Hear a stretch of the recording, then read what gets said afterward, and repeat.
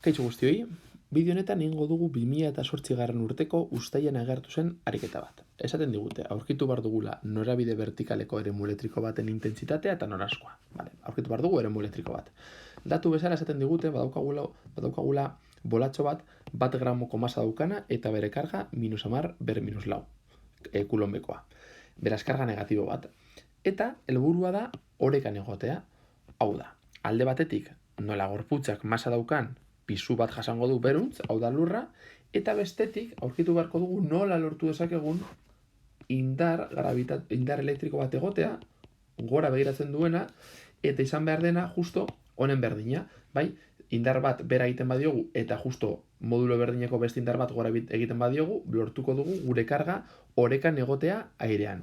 Beraz, ezarri behar dugun baldintza izango da, indar elektrikoaren eta pisuaren moduluak berdinak izatea. Esan bezala, moduluak berdintzen ditugu. Goratu indar elektrikoa izango dela kargaren balioa bider eremu elektrikoa puntu horretan, eta indar gravitatorio izango da masa bider gravitatea. Lortu nahi dugu eremu elektrikoaren modula, beraz eskatzen dugu hau zelan Q bera eramaten dugu, M bider G zatiku. Masa izango da 10 ber -3 kilogramo, gravitatearen balioa 9,8. Eta kargaren balioa izango da 10 ber -lau. Ez dut negatiboa jartzen bakarrik interesatzen zaigulako modulua. Norabidete noranzkoa gero begiratuko dugu. Hau egiterakoan lortzen dugu 9,8 bider 10 newton zatikulon. Hau da, 98. Ariketak emaitzak ematen du 100, ziurrenik hemen G 9,8 erabili beharrean 10 erabili dutelako. Bale, baina ez dugu bakarrik jakin nahi modula, baitere jakin nahi dugu eremua ea gora edo bera egiten duen. Noranzkoa kalkulatzeko nik esaten dut, bale? Indar elektrikoaren vektorea izango da karga bider eremuaren vektorea. Zer gertatzen da? Karga izan daiteke positiboa edo negatiboa. Karga positiboa bada, bi vektore hauek noranzko berdina izango zuten. Eta karga negatiboa bada, bi vektore hauek izango dute kontrako noranzkoa. Zer nahi du horrek? Hau goruntz badoa, hau bera egin bar duela. Eta aldrebes, hau bera badoa, hau gora egin bar duela. Justo kontrakoa, karga negatiboa bada. Karga positiboa bada biak berdin, karga negatiboa bada biak ez berdin. Nola gure karga negatiboa den, eta gure indarra gora egin bar duen honekin konpentsatzeko, orduan dakigu eremua bera egin bar duela. Beraz, hau da bere modula, gainera dakigu eremu elektrikoa egingo duela bera iardatzean, horrela adierazten dugu. Gure eremu elektrikoa izango da -9,8 bider 10, J, goratu J honek adierazten duela da norabide vertikalean igetzen dela, eta newton zatikulon bere unitateak. Bigarrenak esaten digu, eremu elektrikoaren intentsitatea, hau da bere modula, eta norabide, hau da vertikalean mantentzen badugu, baina noranzkoa aldatu, hau da eremu elektrikoa ikusi dugu bera egiten duela. Galdera da, baina eremu elektrikoa gora egiten badu, zer gertatuko da? Eta ikustea zer gertatzen, Beraz, borratuko dugu hau eta ikusiko dugu. Bueno, ulertu behar duguna da, ariketak esaten digula, hasiera batean eremu elektrikoa. Kalkulatu dugu eremu elektrikoa horrelakoa izan behar dela, eta bere intentsitatea kalkulatu dugu, eta orain izaten digute, zer gertatzen da eremu elektriko horren noranzkoa aldatzerakoan. Beraz, beruntz begiratu beharrean, gora begiratzen badu.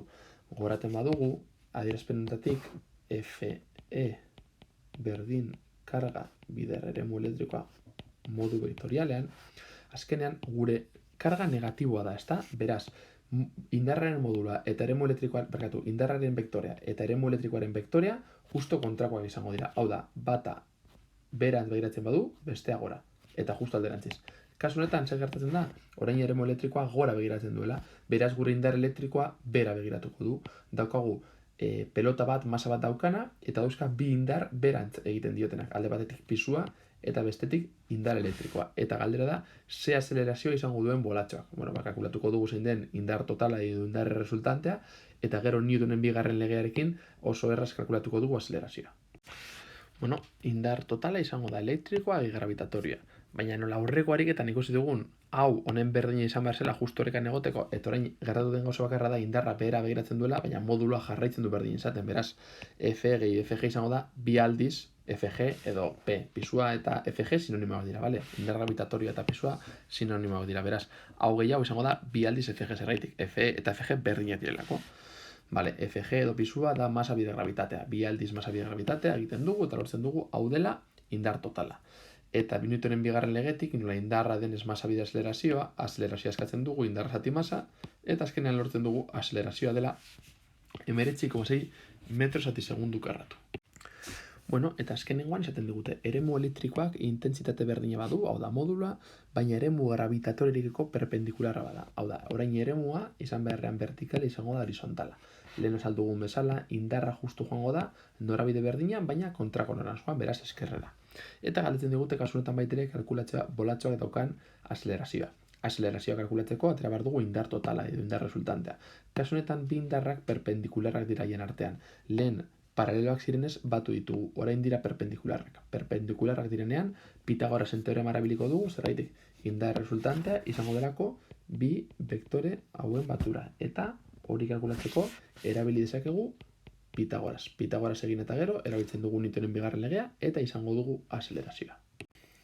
Beraz, indar resultantea kalkulatzeko egin dugu, bai? Hau karratura, gehiago karratura, eta guzti horren errokarratua. Hau da, Pitagoras.